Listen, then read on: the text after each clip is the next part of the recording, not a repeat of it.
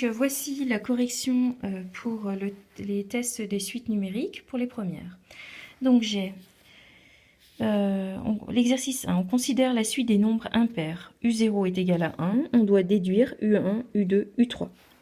Donc la suite des nombres impairs, c'est 1, 3, 5, 7. Donc si U0 c'est 1, donc U1 c'est 3, U2 c'est 5 et U3 c'est 7. Tout simplement. Ensuite, exercice 2, on a la suite V1, de premier terme V1. Comment se notent les trois termes suivants de la suite?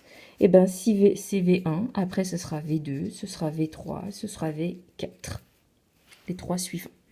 Ensuite, quel est le 10e terme? Donc là, vu que je commence à 1, je n'ai aucun décalage dans les rangs. Donc le 10e, ce sera V10. Ensuite, j'ai la suite xn, de premier terme x0. Comment se notent les termes suivants? Eh bien, c'est x1, x2, x3, tout simplement. Ensuite, on vous demande le 8e terme. Donc là, attention, il y a juste un tout petit piège. On commence à 0. Donc on a un décalage. Donc du coup, c'est x7 et non x8.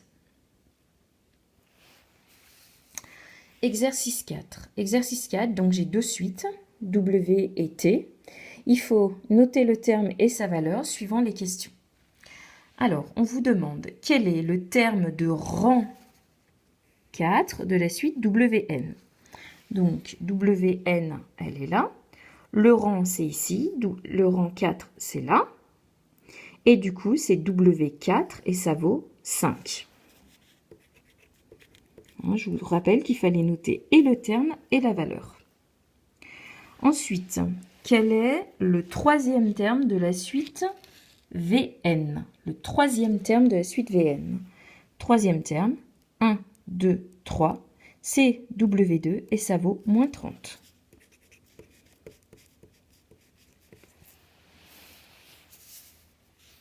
Ensuite, quel est le terme de rang 2 de la suite TN? Donc la suite TN, elle est là. Le rang 2, 1, 2. Donc c'est T2 et ça vaut 9. Quel est le troisième terme de la suite TN? Troisième terme, 1, 2, 3. C'est T3 égale 8. Ensuite, quel est le terme précédent le deuxième terme de la suite WN?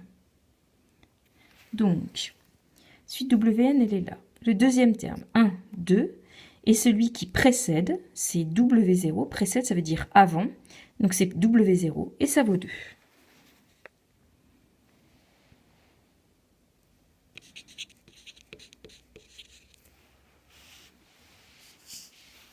Ensuite, exercice 5. On a une suite UN qui est définie en fonction de son rang. 5 fois le rang moins 2. Donc ça veut dire c'est le rang. Donc on doit calculer pour les temps rang 3 à 5. Donc c'est-à-dire je dois calculer U3, U4, U5. Donc je dois faire 5 fois le rang moins 2. Donc 5 fois le rang, c'est 3, moins 2. Ensuite, je dois faire 5 fois le rang, c'est 4, moins 2. 5 fois le rang, 5, moins 2. 5 fois 3, 15, moins 2, 13. 5 fois 4, 20, moins 2, 18. 5 fois 5, 25, moins 2, 23. D'accord? Donc on voit ici, on a le rang. Donc ici, on a le rang, on a le rang, on a le rang ici. Donc maintenant, si je dois calculer le terme de rang 15 et son consécutif, donc je vais calculer U15, je vais calculer U16, son consécutif, et je vais faire 5 fois 15 moins 2, et je vais faire 5 fois 16 moins 2.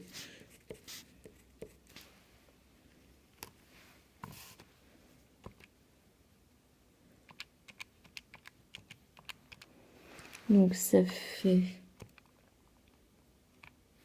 73. Et le suivant, ça me fait 78. Voilà. Ensuite, l'exercice suivant. Donc, on a UN plus 1 égale 3N plus 5 et U1 est égal à 1. Donc, c'est-à-dire ici, on a une relation de récurrence. Pour obtenir le suivant, je fais 3 fois le précédent plus 5. Donc, si je dois calculer de rang 2, donc je vais calculer U2, de rang 3, U3. Et je vais faire 3 fois le précédent à U2, c'est U1, plus 5. Ensuite, je vais faire 3 fois le précédent de U3, c'est U2, plus 5. Et après, je remplace par les valeurs. U1, c'est 1. 3 fois 1 plus 5, ça fait 8. Ensuite, ça me fait 3 fois 8, 24, plus 5, 29.